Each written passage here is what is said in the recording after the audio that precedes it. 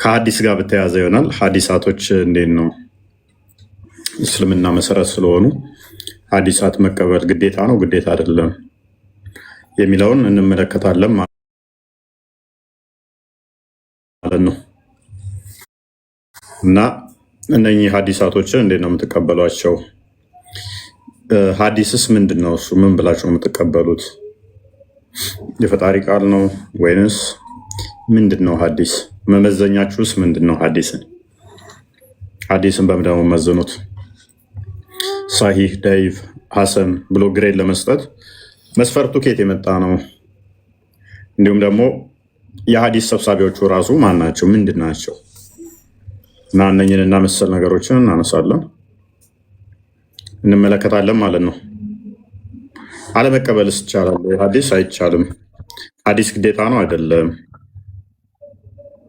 እና መሰል ነገሮችን ነው የምንዳስሰው።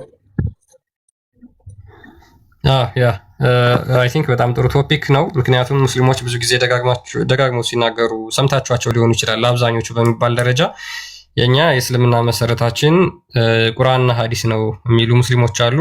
እንዲሁም ደግሞ በተቃራኒው አይ እኛ ቁርአን ብቻ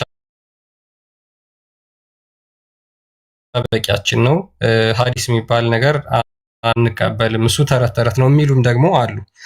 ከነዚህ እይታዎች ውስጥ ትክክለኛው እስልምናን የሚወክለው የትኛው ነው የሚለውን የእኛ ጥያቄ ሆነና እናንተ መልሳችሁን ትሰጡናላችሁ ማለት ነው። ስለዚህ ትክክለኛ የእስልምና መሰረት ሐዲስና ቁርአን ወይስ ቁርአን ብቻ? እኛ እንዳጠቃላይ ሐዲስም ቁርአንም ተረት ነው ብለን እናምናለን እንደ ክርስትና። ምክንያቱም ቀጥታ የክርስትና ትምህርትን ተቃውሞ ስለተነሳ ሙሐመድ ማለት ነው ሐሰተኛ ነቢይ ስለሆነ ሁለቱንም አንቀበልም። ነገር ግን ሙስሊሞች የተለያዩ ሙስሊሞች የራሳቸውን ሙስሊም ተብለው ተጠርተው በሙሐመድ ነቢይነት አምነው ነገር ግን በሐዲስ ላይ በቁርአን ላይ ያላቸው የተለያየ እይታ ስላለ ማለት ነው ዛሬ ሐዲስን መሰረት አድርገን ስናይ የትኛው ነው ትክክለኛው? ሐዲስ ተረት ተረት ነው ወይስ ደግሞ ሊቀበሉት ይገባል? ሐዲስን ተረት ተረት ብሎ የተናገረ ሐዲስን አልቀበልም ያለ ፍርዱ በእስልምና ምንድን ነው? ፍርዱ በእስልምና ምንድን ነው? ሉክ አንድ ሙስሊም በሙሐመድ ያምናል፣ አላህን አምላክ ነው ብሎ ሙሐመድ ይዞት የመጣውን አላህ አምላኬ ነው ብሎ ያመልካል። ነገር ግን ሐዲስ ተረት ተረት ነው አልቀበልም ቢል ፍርዱ ምንድን ነው የሚሆነው? ይሄንን ሐዲስስ ታማኝነታቸው እስከ ምን ያህል ነው? እንዴት ታማኝ ሆነው ለሃይማኖት መመስረቻ መሆን ይችላሉ ወይ? ምክንያቱም ሙሐመድ ከመጣ ከ200 ዓመት በኋላ ሙሐመድ ከሞተ ከ200 ዓመት በኋላ የተጻፉ ትርክቶች ስለሆኑ ማለት ነው። የተጻፉ ታሪኮች ናቸው። ሐዲስ ማለት እንደዛ ነው ባጭሩ። እስከ ሙሐመድ ያለውን እከሌ ከከሌ እንደሰማው፣ እከሌ ከከሌ እንደነገረው፣ እከሌ ከከሌ የተቀበለውን የሚሉ ዘገባዎች ናቸው ሐዲስ ተብለው ሙስሊሞች የሚቀበሏቸው ማለት ነው። እነዚህ ታማኝነታቸው ምንድነው? ትክክለኛ ለመባላቸው መስፈርታቸው ምንድነው? ሐሰተኛ ለመባላቸው መስፈርታቸው ምንድነው? ጸሐፊዎቹ እውነተኞች ለመሆናቸው በምን ማረጋገጥ ይቻላል? ይህንን ሰፋ አድርገን ለመመልከት እንሞክራለን። ሙስሊሞች መግባት ትችላላችሁ፣ ቤታችን ክፍት ነው። በማስረጃ በጨዋነት ማውራት እንችላለን ማለት ነው። አሁን ላይ አብዛኞቹ በነገራችን ላይ አይተህ ከሆነ ሐዲስን አንቀበልም የሚሉ እጅግ በጣም በርካታ ሰዎች እየተመለከቱ ነው። ሙስሊሞች ሙስሊሞችን አውጥተናል። 2018 ስኬታማ ነበርን። ብዙ ሰዎች ሐዲስን እኛ ከምንለው በላይ እኛ ተረት ተረት ነው በፊት ስንል ውሸት የሚመስላቸው ከኛ በላይ ይልቅ አሁን የሚገልጹት መጥተዋል። ሐዲስ ከተረትም በላይ ቆሻሻ ነው የሚሉ ሐዲስ እርስ በርሱ መጋጨቱ የያዛቸው ከሳይንስ ጋር የሚሄድ አለመሆኑ ኤቭሪቲንግ ስህተት መሆኑ ገብቷቸው ሐዲስ አያስፈልግም ለዚህ ዘመን የሚሉ እጅግ በርካታ ድምፆች እየተሰሙ ነው። ይሄ ይበል የሚያስብል ነው። ይሄ ሊበረታታ የሚገባው ነገር ነው። ጥሩም ነው። ጥሩ ጅማሬ ነው ብዬ ነው የማስበው። አንተ ምን ትላለህ? በጣም የሚገርም ነው። ምክንያቱም በነገራችን ላይ እነዚህ ነገሮች አሁን ላይ በጣም እጅግ በጣም በርካታ ሙስሊሞች ሐዲስን አንቀበልም የሚሉ እየበዙ ይገኛሉ። አንተ እንዳልከው ማለት ነው። ይህ የሆነበት ምክንያት አለ። በነገራችን ላይ ዝም ብሎ የሃይማኖት መመስረቻ የተባለ መጽሐፍ አልቀበልም እሱን ተረት ነው ማለት አስቸጋሪ ስለሚሆን ማለት ነው። ምክንያቱም መመዘኛውና መስፈርቱን አውቆ ሐሰተኛ መሆኑ ስለመረጋገጥ ስላለበት ማለት ነው። ያ ደግሞ የሆነበት ምክንያት ሐዲስ ሲባል እጅግ በጣም አስቀያሚ፣ ቀፋፊ፣ ሰዎች በህሊናቸው ሊቀበሉት የማይችሉ እጅግ በጣም ብዙ ትምህርቶችን የያዘ ስለሆነ ነው። ለዛ ነው ይሄ ተረት ነው፣ የአምላክ መገለጥ ነው። አይደለም እውነተኛ ነብይ ያደረገው ይቅርና አንድ ተራ ዱርዬ እንኳን እንደዚህ አይነት ነገር ፈጽሟል፣ እንደዚህ አይነት ነገር ተናግሯል፣ እንደዚህ አይነት ነገር አድርጓል ቢባል እጅግ በጣም ነውር አሳፋሪ ስለሆነ ነው። ጥሩ ነው። ሙስሊሞች እነዚህ ነገሮች ጭንቅላታችሁን ተጠቅማችሁ በዚሁ ቀጥሉ።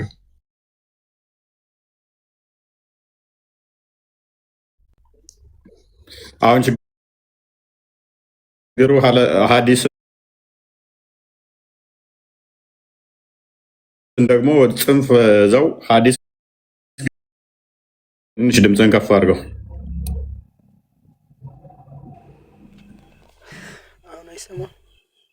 በጣም ዝቅተኛ ነው፣ ለእኔ ነው።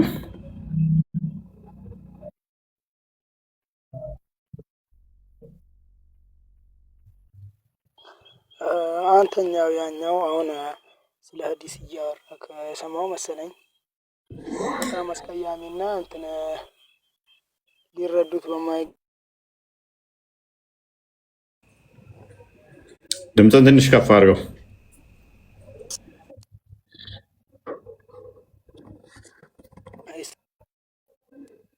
ኔትወርኩ መሰለኝ።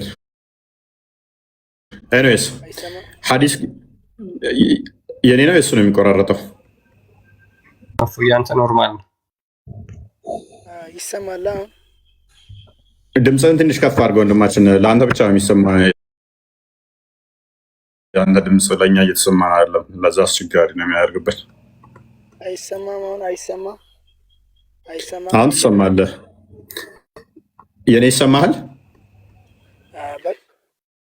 ያንተ በደንብ ይሰማኛል። ያኛው እንትን ሐዲስ ግዴታ ነው ብለህ ታምናለህ? ሐዲስ መቀበል ግዴታ ነው ብለህ ነው የምታምነው ወይንስ ሐዲስ እንደ አማራጭ ነው? እንደ አማራጭም እንደ ግዴታም የሆኑ ሐዲሶች ስላሉ በሁለቱም መንገድ አዋሳኝ አድርጌ መውሰድ እችላለሁ። ኦልራይት። አማራጭና ግዴታ የሆኑት በምንድን ነው የሚወሰኑት? አንተ አማራጭ ይሄን አማራጭ አድርጌ ወስደዋለሁ፣ ይሄኛውን ደግሞ ግዴታ አድርጌ ወስዳለሁ የምትለው ሐዲስ እንዴት ነው? አንደኛ ፈርድ የሆኑ ሐዲሶች አሉ፣ ከአላህ ትእዛዝ የወረዱ በአላህ እንትን ትእዛዝ የሚፈጸሙ አላህ እንትን በሰው ልጆች ላይ ግዴታ ያደረገባቸው ሐዲሶች አሉ። ለምሳሌ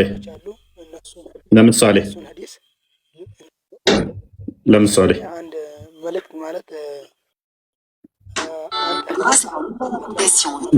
ነገር እንደዚህ አድርጉ ብለዋል ብሎ አንድ ሰው አንድ ሐዲስ ቢነግረኝ አላህ እንደዚህ አድርግ ምናምን ብለዋል ብሎ አንድ ሰው እንደዚህ አንድ አስተማሪ ቢነግረኝ እንደዚህ አድርግ ብለዋል አላህ ሱብሃነሁ ወተዓላ እንደዚህ ብሎ አዟል፣ በእንደዚህ አይነት ቦታ እንደዚህ ብሎ አዟል ቢለኝ እኔ አደርጋለሁ ያንን ሐዲስ። ከዛ ያኛው አይሰማም እያሉ ነው። ሶሪ ድምፅ አይሰማም እያሉ ነው። ድምፅህን ትንሽ ከፍ አድርገልን። ድምፅህን በተቻለ መጠን ከፍ አድርገልን። ከስር እየሰማንህ አይደለም እያሉ ነው። በጣም እየተናገርኩ እኮ ነው። ኤርፎን ተጠቅመሃል? አይሰማም? አሁን ኤርፎን ተጠቅመሃል? ኧረ አልተጠቀምኩም። አይ ድምፅ እየተሰማ አይደለም። ሜቢ ውጣና ግባ በቃ፣ ወይንም ትንሽ ቆየት በል። እሺ ድምፅ እየሰማን አይደለም እያሉ ነው ከስር። ለእኔና ለአንተ ብቻ የምንሰማማው። አይሰማም? አሁን ለእኔ ትሰማኛለህ፣ ከስር ያለው ግን አይሰማም እያሉ ነው።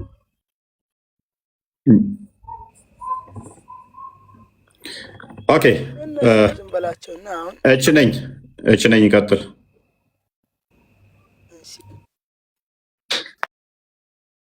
ሰላም እንዴት ነሽ? ሰላም ነው። ሶሪ ወንድ መስለሽ ነው። ጥያቄ ነበረኝ። ጥያቄ ትንሽ ቆየት በይ። አሁን አዲስ ላይ ትንሽ እናውራና ጥያቄ አንደኛውን እንቀበላቸዋለን።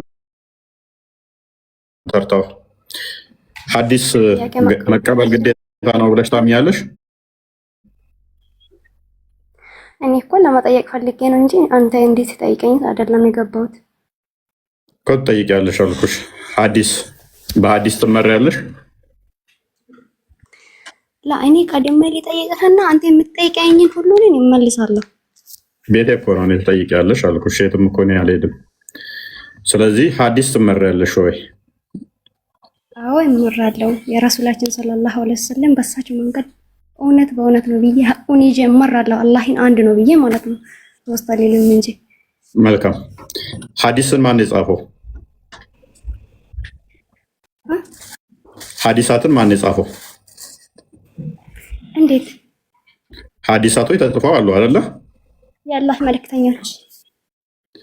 ሐዲሱን የጻፈው ያለ መልእክተኛ ነው። አዎ። ምን ብሎ ጻፈ? በአላህ መልእክቱን ወስዶ መጥቶ መልእክቱን ለኡመቱ ማለት ነው አስተላለፈ። ቁርአንን ወይንስ ሐዲስን? ቁርአን ማለትና ሐዲስ ማለት እኮ ትንሽ ነው ልዩነታቸው። ከቁርአን ያኒ መልእክተኛ ያስተላለፈውን የሱን ሱና መከተል ሐዲስ ይባላል። ቁርአን ደግሞ እንጂ ከአላህ የመጣ መልእክተኛ የአላህ ቃልን ያመጣ ማለት ነው። ስለዚህ ሐዲስ ማለትና ቁርአን ልዩነቱ ምንድን ነበረ? የቁርአንና የሐዲስ ልዩነቱ ምንድን ነው? ቁርአን ማለት የአላህ ቃል ነው። ሐዲስስ? ሐዲስ ሲባል የአላህ መልእክተኛ በሪያ እና እኔ ደግሞ ለመጠየቅ ይፈልጋለሁ። አንተ ተጠየቀኛ ልጠይቅህ አሁን ጥያቄ አለኝ። ትጠይቂያለሽ ወይ?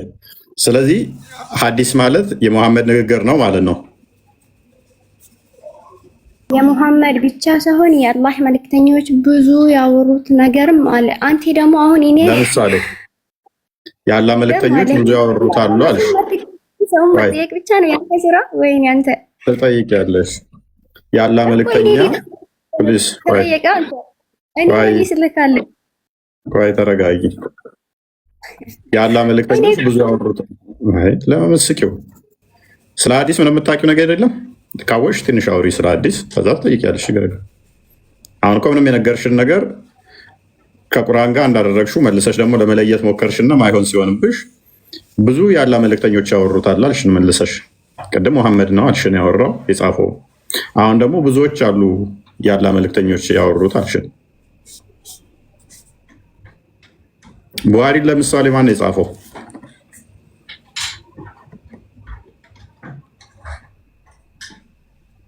ወጣች። እሺ ሱብሃንአላህ።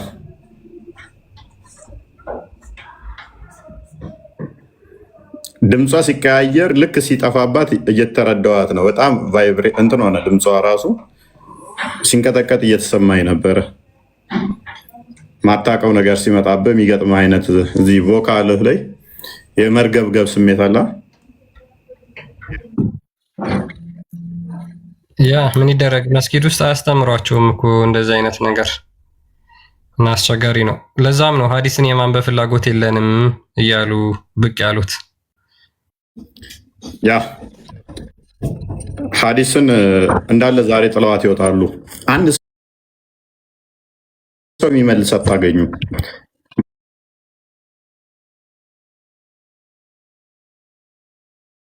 ማርክም አይወርድ። አንድ ሰው የጠየቅነውን ጥያቄ ይመልሳ ይመጣ።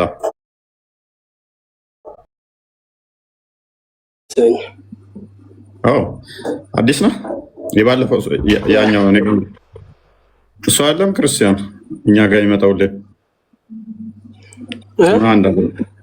አንድ ሆነብኝ። ያኛው ይለያ ሙስሊም ነኝ አውቅ ያለኝ ሱብሃንአላህ የሚባል አለ ይመጣል። አሁን ቆይ ፕሮፋይሉ የሱ እንደዚህ አይደለም፣ ስማቸው አንድ ሆኖብኝ ነው። መልካም ሐዲስ ትቀበላለህ ወይንስ ሐዲስ አትቀበልም?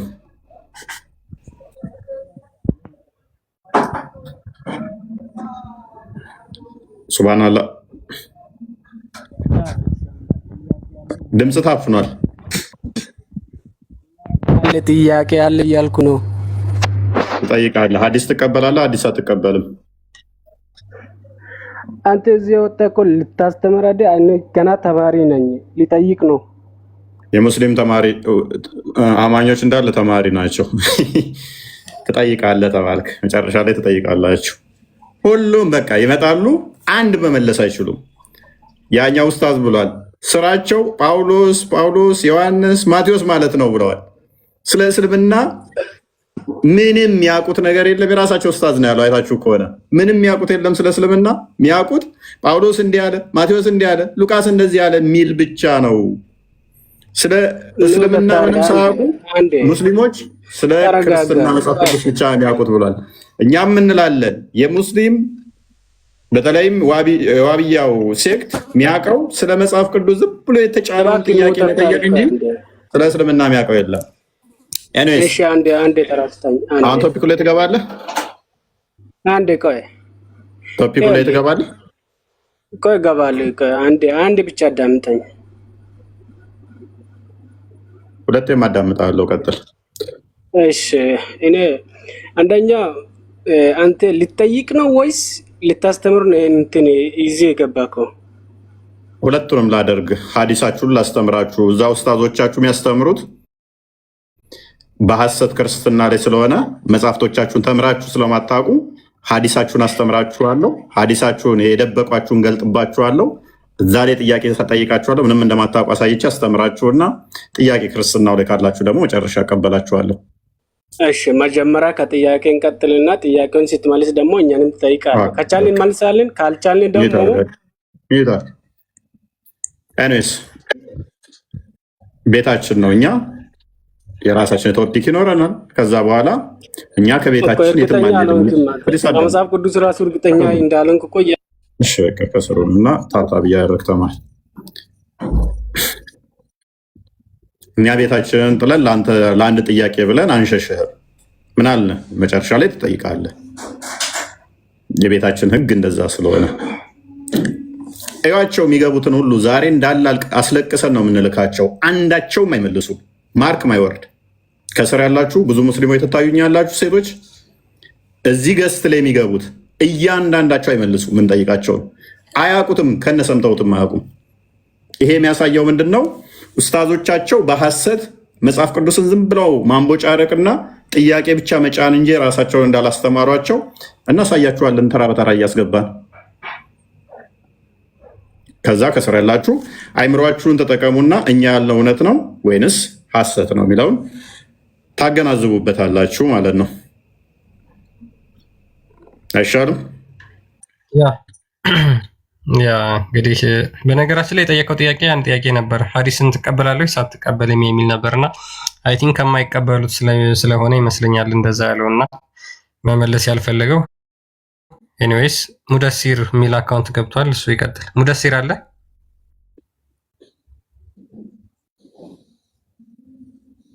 ሙደሲር ማርክ ማይወርድ ይገቧታል፣ አልቅሰው ይወጧታል። ምላሽ አይመልሷትም። ዛሬ ምንም ያውቁት ነገር የለም።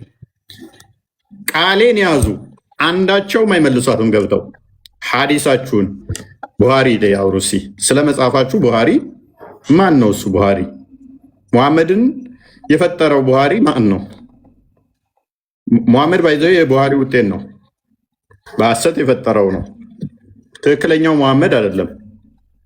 የቡሃሪ ሙሐመድን ነው እነሱ የሚከተሉት።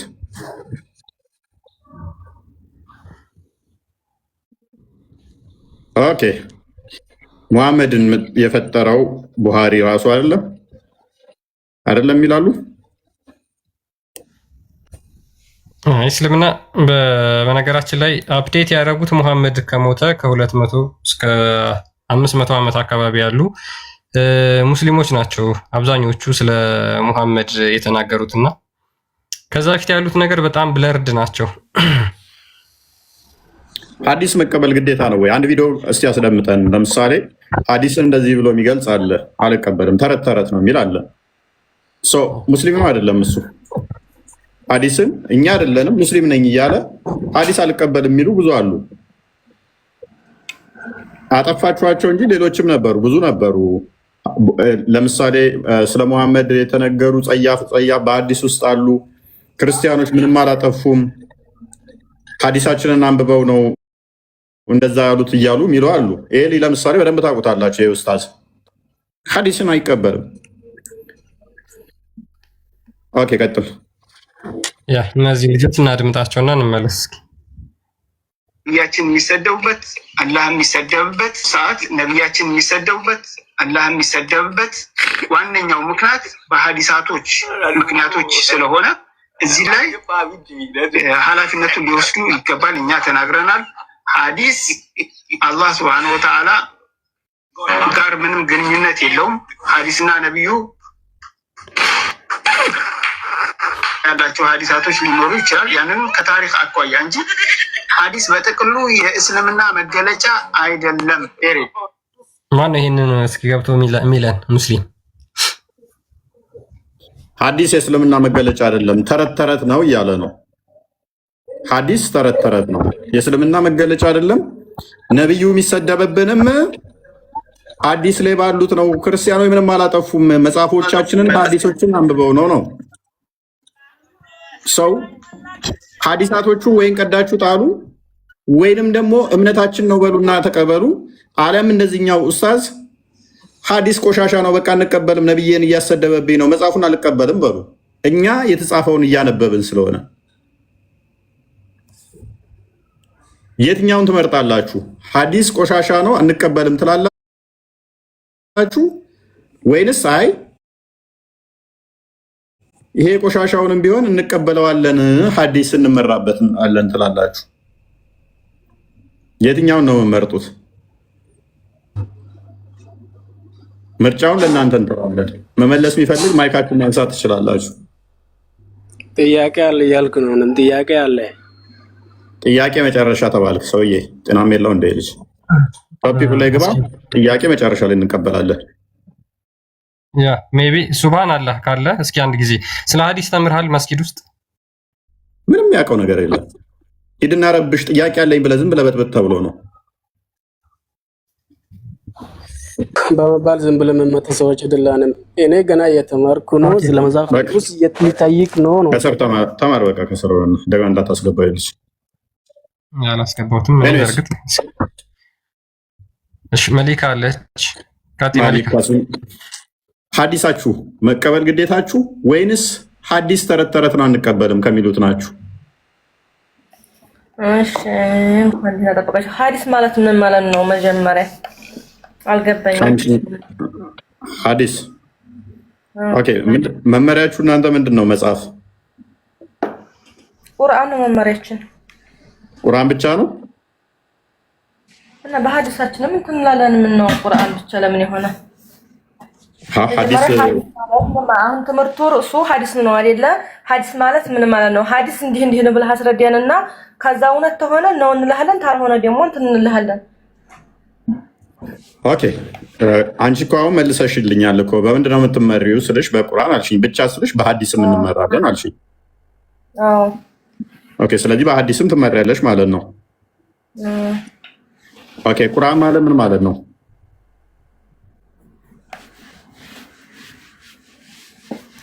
መልስልኝ። ሀዲስ ንገረኝ እንጂ መጀመሪያ ሀዲስ ማለት ምን ማለት ነው? ቆሻሻ ነው ምናምን ብለሃል አይደል? እስቲ አስረዳ። ሀዲስ ማለት ምንድን ነው? ኦኬ አንቺ የምትመሪበትን እኮ አንቺ ነሽ ለእኛ ማስረዳት የሚጠበቅብሽ እንጂ እኛ አይደለንም። አለ ይሄ መጽሐፋችን እንዴ ነው? ቁርአን ማለት ያላህ ቃል ነው። መልካም ቁርአን ያላህ ቃል ነው። ያላህ ቃል ቁርአን ብቻ ነው? ቁርአን ያላህ ሶሪ ያላህ ቃል ቁርአን ብቻ ነው?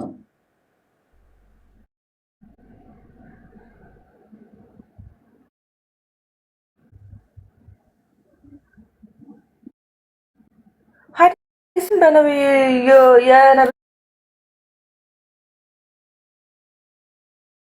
ሰለላሁ ዐለይሂ ወሰለም ወይንስ ቁርአን ነው ያላህ ቃል?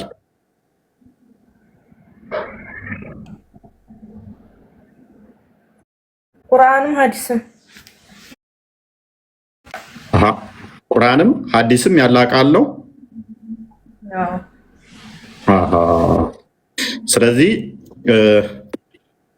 ሀዲስም ቁርአንም ያላህ ቃል ከሆነ ምንድነው ልዩነታቸው? እንዴት? ምን ልዩነት አላቸው? ስለዚህ ልዩነት የላቸውም ማለት ነው። ሀዲስም ቁርአንም ያላህ ቃል ናቸው ሁለቱም። ቁርአን አላህ ያወረደው ነው። በቁርአን እንመራለን። እሺ ሐዲስ ደግሞ ነብዩ ሰለላሁ ዐለይሂ ወሰለም ሱና ነው። ሱና ያለ ረሱል ሰለላሁ ዐለይሂ ወሰለም ሱና ነው። ተከለከሉት እንከለከላለን፣ ታዘዙት እንታዘዛለን። ያላ ቃል ነው ብለሽ ነበር እኮ ሐዲስም አሁን አማርኛ አንተም ክርክር ላይ ሳንገባ ነገርኩህ። እሺ መልካም። ይሄንን ሱናውን መከተል ግዴታ አለብሽ ግዴታ የለብሽም? ግዴታ አለብኝ።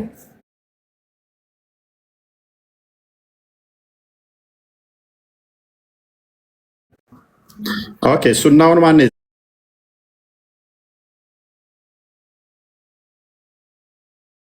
ጻፈው?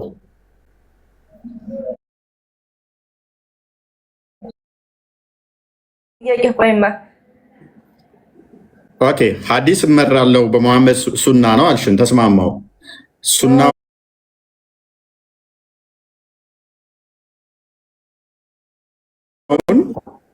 ከምን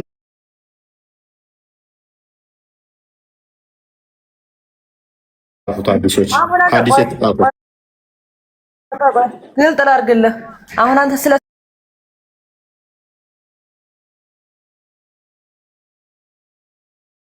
እስልምና ታስተምረው ነው ስለ ሃይማኖት ታስተምረው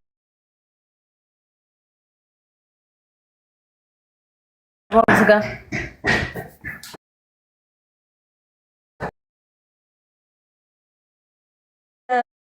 እንዴት የተጻፈበትን እንድናገር ነው ፈልገው አትናደጂ። ሐዲሳት እንመራለን ከተጻፈው ካገኘ ነው አልሽን።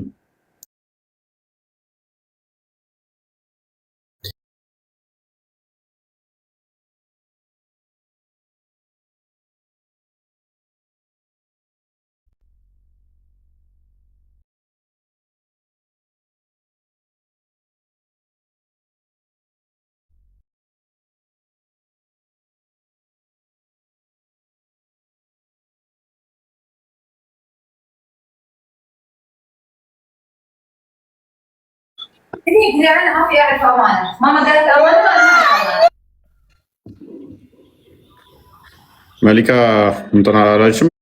ቃሲም እስቲ ደጋግሞ ማይክ እያነሳ ስለሆነ ቃሲምን አናግረው። እሺ ቃሲም ይሰማሃል? ቃሲም ማይክህ ክፍት ነው፣ አውራ። ማን ነው ስለ ሐዲስ የሚመልስልን? ሐዲስ ምንድን ነው? ቃሲም አለ? አይ ቲንክ ማውራት አልፈለገም መሰለኝ። እሺ ሁሴን ጥያቄያችንን ሰምተዋል? አልሰማሁም። እስኪ ሐዲስ ከሚቀበሉት ሙስሊም ነህ ወይስ ሐዲስ ከማይቀበሉት ሙስሊም? እቀበላለሁ። ኦኬ አንተ ሐዲስ ከሚቀበሉት ሙስሊም ነህ። ሐዲስ መቀበል ግዴታ ነው? አዎ። ሐዲስ የማይቀበል ሰው ፍርዱ ምንድን ነው? የማይቀበል ሰው ሐዲስ የማይቀበል ሙስሊም ፍርዱ ምንድን ነው? ቅጣት ነው። ምን አይነት ቅጣት? እሳት ነው። ስለዚህ ሐዲስ የማይቀበል ገሃነም ነው መጨረሻው ማለት ነው። ኦኬ እሺ። እዚህ የሚፈረድባቸው ምንም ፍርድ የለም? የት ምድር ላይ? እዚህ ለማውቀው ነገር የለም።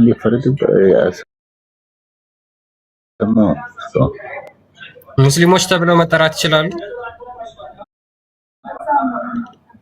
ሙስሊም ነው። ሸሃዳ ከያዘ ሙስሊም ነው።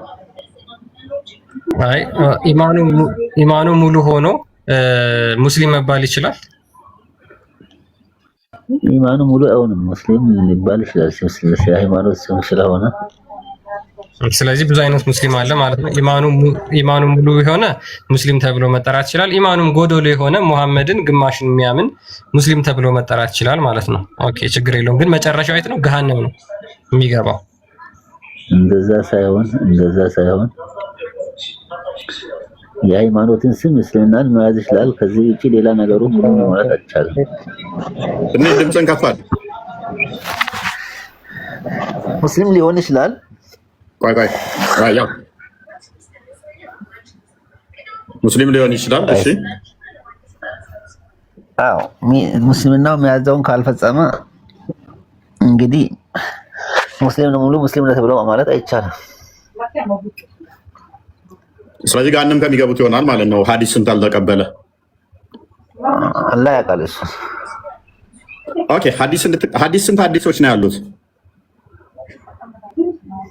እንዴት ስንት ሐዲሳት አሉ? ለምሳሌ እስኪ ንገረኝ እስኪ የምታውቀውን ሐዲስ አንተ። እኔ አላውቅም ሐዲስ ነው የትኛውም በነብዩ በኩል የተናገረ የትኛውም ሐዲስ ነው። ኦኬ ስንት እንደሆኑ ይታወቃሉ? ምን ናቸው የሐዲስ ብዛቶቹ? አንቀጹ ብዙ ሊሆን ይችላል። የተለያየ ምዕራፍ ሊኖረው ይችላል። ሰብሳቢዎቹስ? ሰብሳቢዎቹን እንግዲህ እኔ ብዙ አላውቃቸውም። ያው ያስታውቃል እንግዲህ። ስለዚህ አታውቀውም ማለት ነው። መጽሐፉ ስንት እንደሆነ ስንት ሐዲስ እንዳለማ አታውቀውም፣ ግን ግዴታ ነው ትልናለህ። አሁን አንተ የአንተን ሃይማኖት ክርስትና ተከታይ በሙሉ ስለ መጽሐፉ ያውቃል እንዴ? ኦኬ ስለዚህ መጽሐፉን አታውቀውም፣ ግን እከተለዋለሁ ትላለህ። አታውቃቸውም። መጽሐፎቹን ብዛት አታውቅም።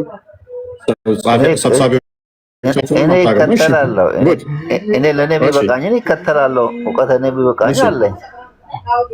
እሺ ግን ያው እንዳንተ ከሐዲስ መጽሐፍ ውስጥ በዋናነት ተቀባይነት ያለው ሐዲስ የትኛው ነው?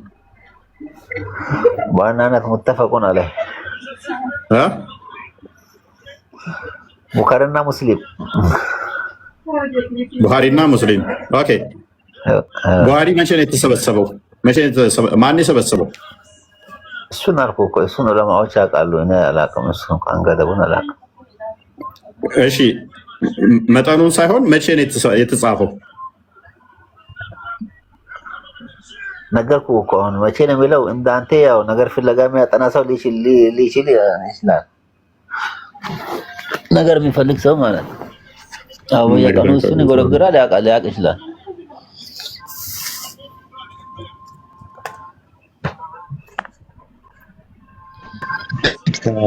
መልካም መመለስ አልፈለክም ማለት ነው።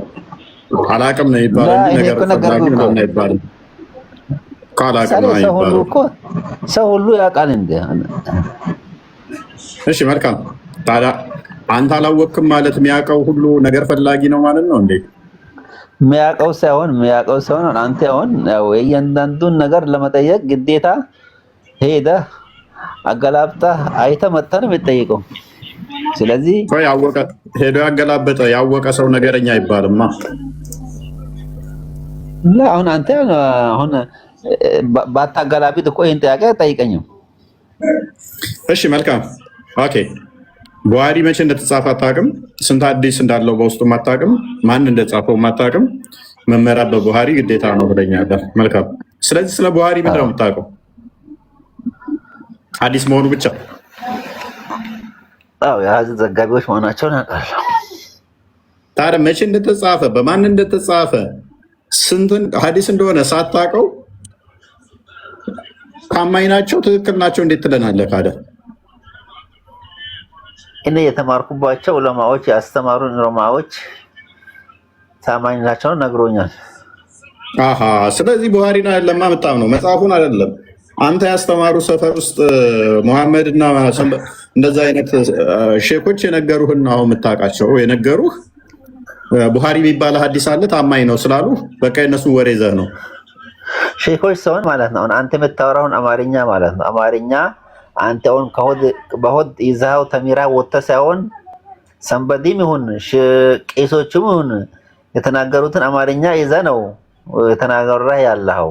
ማንም ሰው ወተነገረውን ሰምቶ ነው እውቀቱን የሚያዳብረው እኮ። አንተ እኮ እውቀትን አላዳበርክማ። የነገሩህን ላይ ነው ያለኸው። ገና አንተ አሁን እውቀት ይዘህ አልተወለድክም እኮ። ታላቆች እውቀት ያድጋል ሁሴን። እውቀትን እንኳን አንተ እያልከን ያለው ሰፈር ውስጥ የሆነ ሼክ ቡሃሪ የሚባል ታማኝ ነው ሐዲስ ነው ብሎኛል። ስለዚህ በቃ እሱ ያለኝን ሰምቼ ነው። መጽሐፉን አታውቀውም፣ ማን እንደጻፈው አልነገሩህም፣ አታውቀውም፣ መቼ እንደተጻፈም አልነገሩህም፣ ስንት ሐዲስ እንደሆነም አልነገሩህም። ብቻ ዝም ብሎ የሆነ ሼክ ነግሮኛል። ሼክ ምን አለ መሰለህ፣ እኔ ፈርድና ግዴታዬን ካወቅኩኝ ሌላ ሰዓት ቅድም እንዳልኩ እንዳንተ ክርክር የሚፈልግ የት ገባ የት ወጣ እኔ አውቃለሁ ምርምር የሚፈልግ እሱን አዳምጠኝ ምርምር የሚፈልግ በቡሃሪ መመራት ፈርድ ነው አይደለም?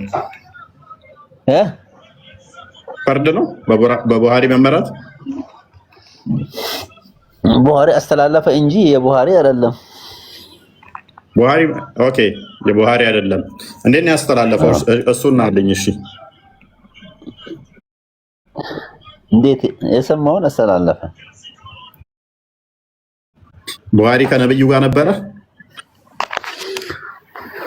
ቀጥታ የነበረ አይደለም። እንትን ትውልድ እኮ ቅብብሎሽ ነው። ኦኬ ቅብብሎሽ ነው። ስለዚህ ቡሃሪ ከሰዎች ነው የሰማው አይደለ? ሰው ነው እኮ ሰው ነው። ቅብብሎሽ የሚባለው እኮ ሰው ነው። መልካም እሺ።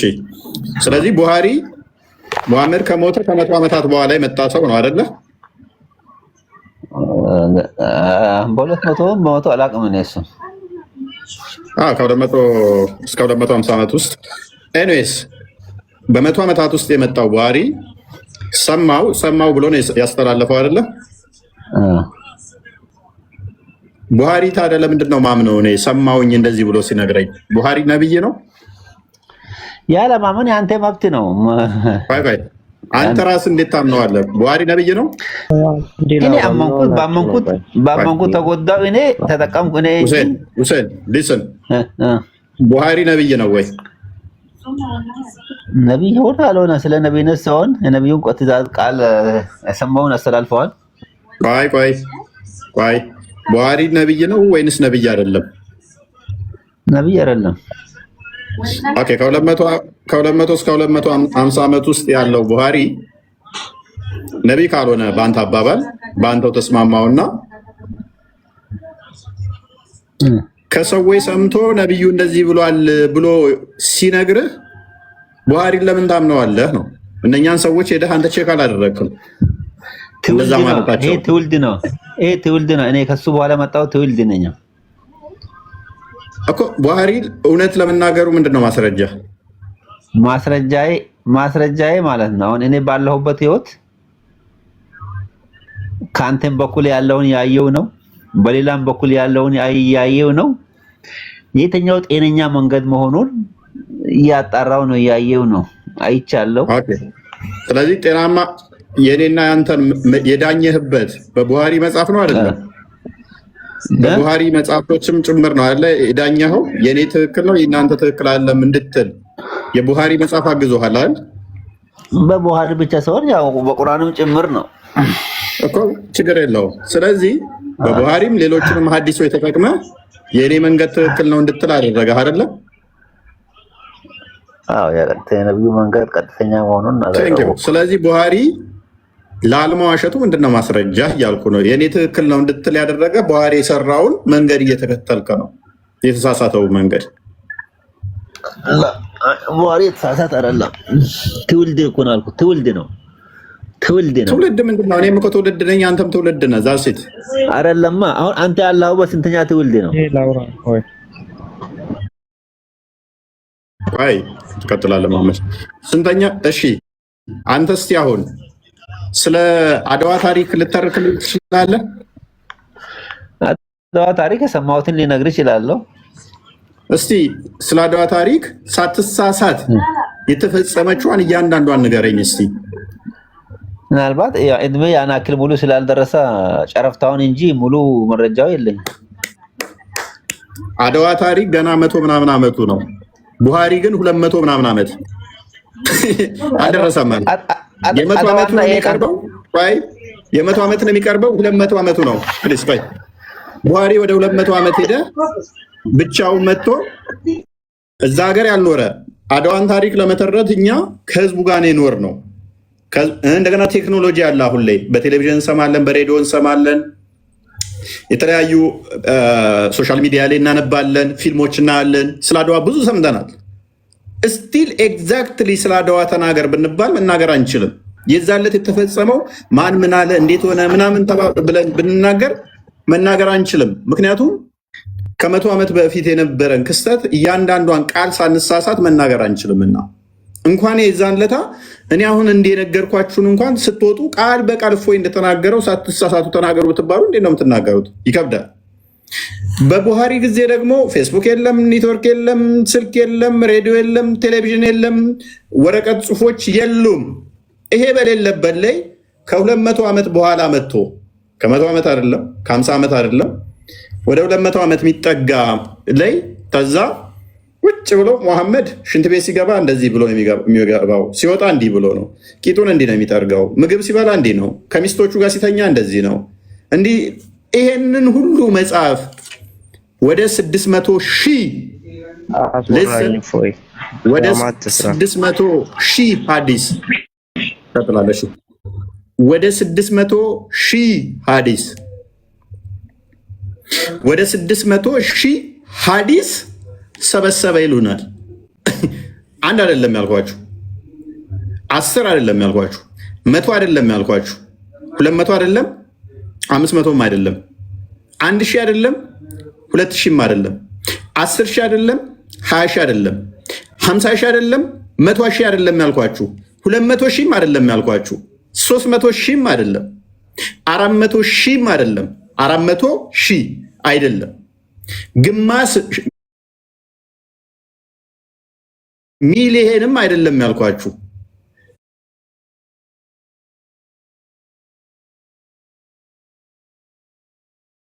600,000 በላይ ሐዲስ ሰበሰበ ይሉናል። ስውር የነበረ ከዛስ 600,000 ሐዲስ ከዛ በላይ ሰበሰበ። መቼ? ከ200 ዓመት በኋላ ምናምን። ከዛ በዚህ ይመራሉ እምነት ብለው ዋና ዶግማቸውን የመሰረቱበት ቡሃሪ በጣም ተቀባይና ደሞስት ኦተንቲክ የሚባለው። ሌሎቹ ሐዲስ ደግሞ ከቡሃሪ በኋላ የመጡ ናቸው። ደሞስት ኦተንቲክ የሚባለው ሐዲስ ይሄ ነው። ሰማው ብሎ ማለት ነው። ሙሐመድ እንዲያደርግ ነበር። ሰማው ሙሐመድ እንኳን ደህና መጣ። እኔ ተጨረሰኝ ነው ሁሴን። እሺ ሙሐመድ ቆይ ትቀጥላለህ። ሁሴን ምን ቀረ ከአንተ ጋር? እኔ የቀረኝ ምን ቀረኝ መሰለህ? አሁን አንተ ያነሳው ነገር ማለት ነው። እሺ አሁን እኛ ያለንበት ዘመን ማለት ነው። አንተ ብጽፍ በአንተ 30 እጥፍ ጨምሬ እንጽፋለሁ ተመቸኝ ብዬ ማለት ነው። ትክክል። ግን እነሱ ዘመን እንደዚህ አይደለም። እሺ ትክክል። ተባብሮ የሚኖሩ አንድ በላይ ያስተላለፈው አንዱ ማይበርስ ክብር የነበረበት የተከበረበት አመጣውን ከኛ ብታገናኘው ሰማይና ምድር ነው። ለካ ሱራ 1591 ላይ ቁርአንን ክፍልፍል ያደረጉት የሚለው አላህ ተሳስቶ ነው። ሱራ 275 ላይ ጀምሮ እስከ 79 በእጆቻቸው የሚጽፉ ለትንሽ ገንዘብ ሲሉ አሉ ብሎ የሚናገረው ተፍሲር ኢብን አባስ ተሳስቶ ነው። ለካ እዛ እነኛ 20 ምናምን የሚሆኑ በእጆቻቸው ውጭ ብለው የሚበርዙ በዛ ዘመን ያልነበሩትን ነው አላህ አሉ ያላቸው ማለት ነው። ስለዚህ አላህ ተሳስቷል። በዛ ዘመን የነበሩ ሰዎች አይበርዙም እንትን አይሉም ነበረ። ኤኒዌይስ ግን አይዋሹም ነበር በዛን ዘመን የነበሩት። በአንተ ሎጂክ ግን አንድ ነገር ተስማምቻለሁ። አሁን በአንተ ዘመን ላይ እኔ ብሆን በጣም ብዙ ጽፋለሁ አልክ። እኔም እያልኩ ያለሁት ይሄንን ነው። በዚህ ዘመን ላይ ትምህርት ቤት አለ፣ ከብዙ ሰው ትገናኛለህ፣ ከብዙ ሰው መረጃ ትለዋወጣለህ። ሶሻል ሚዲያው፣ ፌስቡኩ፣ ቲክቶኩ፣ ዩቲዩቡ፣ የተለያዩ ሶሻል ሚዲያዎች መረጃ በቀላሉ ግራስፕ እንድታደርግ በቀላሉ ወደ ውስጥ እንዲገቡ አብዞርብ እንድታደርግ ይረዱሃል። በጊዜው ግን በድሮ ዘመን ሄደ ገና ሰውየውን ጠይቀ ሰውየው እርግጠኛ መሆኑን በምንድነው እርግጠኛ የምትሆነው? አታውቅም። 600,000 ሐዲስ መሰብሰብ አንድ ሰው አይችልም። ደግሞ የዛ ሀገር ዜጋም አይደለም፣ ከሌላ ሀገር ዜጋ መጥቶ ይሄ ተረት ተረት ነው። እሱ ዜግነቱ የሰው ልጅ ነው። የትም ምድር ይኖር የሰው ልጅ ነው። ቀጥልሽ የሀገር ዜጋ አይመርጥም። የትኛውም ዜጋ አሁን ብቻ ጉዳዩን ተቀብሎ መፈጸም ይሁን ብቻ እሱ ፈጣሪ ወልድ ተወላጅ ነው፣ ነገር የለውም እኮ እያልኩ ያለሁት አይመጣውም። ይሄ ነገር ድራማ ነው፣ ፌክ ነው እያልኩ እኮ። ይሄ የኛ ነው። ይሄ ምናልባት እኛ ጠባቡ ጭንቅላት አሁን የምናየበትን ቴክኖሎጂን አይተን ምናልባት እኛ ላንቀበል እንችላለን። ይሄ የኛ እኔ እንድቀበል እሺ፣ ያሳምነኝ እኔ እንድቀበል ሎክ ሁሴን እኔ እንድቀበል ቡሃሪ ልክ ለመሆኑ 600,000 ሐዲስ በደንብ አስተውል። አንድ ሐዲስ ሲሰበስብ ስንት ሩኩ እንደሚወርድ ታውቃለህ? አላውቅም። 2 ሩኩ ይወርዳል። ገስል ታጥቦ ማለት ነው። ኦኬ 2 ሩኩ ለመውረድ በቀን ደግሞ 17 ሩኩ ትወርዳላችሁ አይደለ? እሺ ግዴታ ነው አይደለ? በቀን 5 ጊዜ ሰላት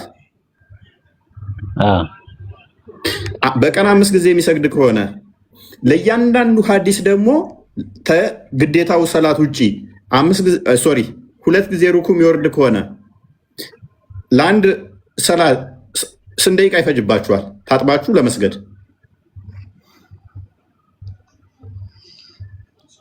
እንደ ሰው ይለያል። አንተ ምን ያህል ይፈጅብሃል? እንደ ሰውና እንደ ሰዓቱ ይወስናል እሱ። አንተ ያለህበት ሁኔታ ምሳሌ አንተ ስራ ላይ ሆነ ከስራ ወጣ በሁለት ሩኩ መጣው እኮ በሁለት ሩኩ በ3 ደቂቃ ውስጥ ትጨርሳለህ። በ3 ደቂቃ ምን ዶሮ ነው እንዴ? እሺ 5 ደቂቃስ? ችግር የለም እሱ ባለው 5 ደቂቃ 8 ደቂቃ 10 ደቂቃ። እሺ 10 ደቂቃ። እኔ ለአንተ ብዬ ነው 3 ደቂቃ ያልኩህ ሁሴን፣ ለአንተ ብዬ ነበር 3 ደቂቃ ያልኩህ። 10 ደቂቃ ከሆነ ቀኑም አይበቃውም፣ ሶላቱን ብቻ ለማድረግ ቀኑም አይበቃውም። ምክንያቱም ፐር ዴይ ሉክ ሊስን 600,000 ሐዲስ ሰበሰበ ማለት ምታልኝ ክርስቲያን ካልኩሌተር አውጣልኝ። 600,000 ሐዲስ ሰበሰበ ማለት በ16 ምናምን ዓመት ውስጥ ወደ 111 ሐዲስ ነው ፐር ዴይ የሚሰበስበው። 111 ሐዲስ ያዘልኝ። ኦኬ አካፍለው እስቲ 600,000 ሐዲስ ለ16 አካፍለው 16 ዓመት ማለት ነው። አካፍል ነው ያልኩህ፣ ደምር አላልኩም። ሲካፈል ነው ምልክት ካሜራውን እንዲመጣል 37,500 37,500 ይሄም የሚልበት ነው። በ16 ዓመት ውስጥ የሰበሰባቸው ኦኬ ለ365 አካፍለው ወደ ቀን ቀይረው 102.7 103 ሐዲስ በቀን ይሰበስባል አይደለ? ኦኬ አሁን ማን ሰጣ? ይሄው አዲሱን እየሰራንልህ እኮ ነው። ከ600,000 ሐዲስ በላይ ሰበሰበ። ቆይ አዳም በ16 ዓመት ውስጥ ያጣራባቸው የሰበሰባቸው 600,000 ሐዲስ በላይ ናቸው። እነኛን 600 ሐዲሶች ደግሞ በ16 ዓመት ውስጥ ስናካፍላቸው ስንት ይመጣሉ? በአመት ስንት ነበረ ብለን ስናካፍለው 37,500 ይመጣል። በቀን ስንት ይሰራ ነበር ብለን ስንሰራው 102 ይመጣል። ቅድም 111 አካባቢ ብዬ ነበር፣ ሶሪ ወደ 9 ሐዲስ ጨምሬባለሁ ማለት ነው። ኤኒዌይስ 102 ሐዲስን አሁን በምን ታደርገዋለህ? በቀን የሚሰበስበው ነው። አዳም በቀን 102 ሐዲስ ኢች ዴይ ይሰበስባል ማለት 2 ሩኩ ይወርዳል። አንተ ባልከም መሰረት በቀን 10 ጊዜ ይሰግዳል፣ ደቂቃ ይፈጃል ለአንድ ስግደት ብለህናል አይደለ?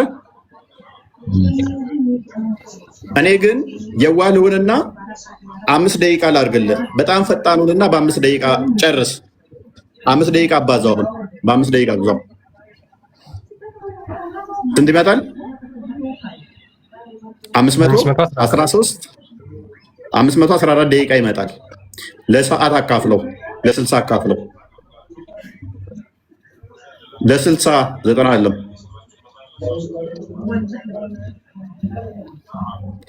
8 ሰዓት ከ56 ደቂቃ ይመጣል። በመስገድ ብቻ ቡሃሪ 8 ሰዓት ከ56 ደቂቃ ያሳልፋል። ስጁድ በመውረድ ብቻ ታጥቦ በመስገድ ብቻ 8 ሰዓት ከ56 ደቂቃ ይፈጃል። እነኚህን ሐዲሶች ለመሰብሰብ በቀን ውስጥ 8 ሰዓት ሙሉ ምን ያደርጋል? ኦልሞስት 9 ሰዓት ሙሉ ይሰግዳል። 9 ሰዓት ይሰግዳል። ፐርዴይ 9 ሰዓት ይሰግዳል።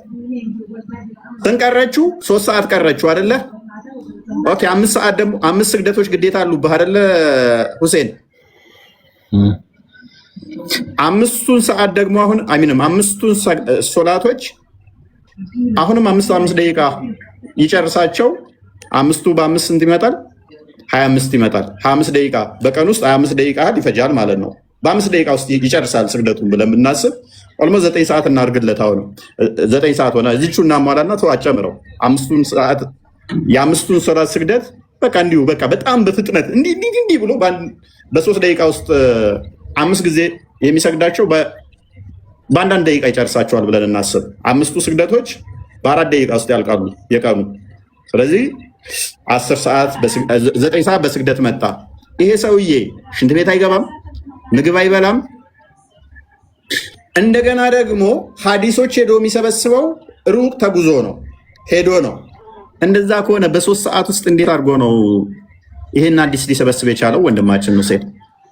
ኦኬ አንድ ነገር ልጠይቅ አንተ። እሺ በቃ ይሄን ነገር በየቀኑ እየሰራ በአንድ ቀን ብዙ ሐዲስ መሰብሰብ አይችልም ብለህ ነው የምታስበው? ኢች ዴይ ነው የሚለው ለእያንዳንዱ በሰበሰበበት ሐዲስ ላይ ስንት ሩኩ ይወርዳል? 2 እኮ አወቀው። 9 ሰዓት ሲጠው ችግር የለውም። 9 ሰዓት ሰጠኸው። አንተ ግን 9 ሰዓት ብቻ ነው ሐዲስን እንትን የሚለው ነው የምትለው? ሁሴን አልገባውም ይመስለኛል። ይሄ እኮ ለመስገጃ ሰዓቱ ብቻ ነው ሄዶ የሚሰበስብበት የሚያናግርበት እኮ። በቀኑ 9 ሰዓት ሰገደ። ኖ ከቀን ውስጥ 9 ሰዓት ሙሉ በስግደት ብቻ ይጨርሳል። መቀረው ስንት ሰዓት ነች? ከ12 ሰዓት ውስጥ መቀረው አሁን ስንት ነች? 3 ሰዓት ብቻ ትቀረዋለች። አሁን ሐዲስ የሚሰበስብባት ደግሞ ሄዶ ሊጠይቅበት ቀኑ 3 ሰዓት 12 ሰዓት ነው። እንደ ቀኑ 24 ሰዓት እኮ ነው። ኦልራይት እንሂድ። እሺ 24 ሰዓት። ስለዚህ ከ24 ሌሊት ማታም ይሄዳል ይሰበስባል እያልከን ነው? ተራሪቱም ቀኑም ታዲያ ምን ባንድ አይቆጠርም እንዴ? ኦኬ መሐመድ ቡሃሪ አይተኛም እንዴ? አይተኛም? ሽንት ቤት አይገባም? ምግብ አይበላም?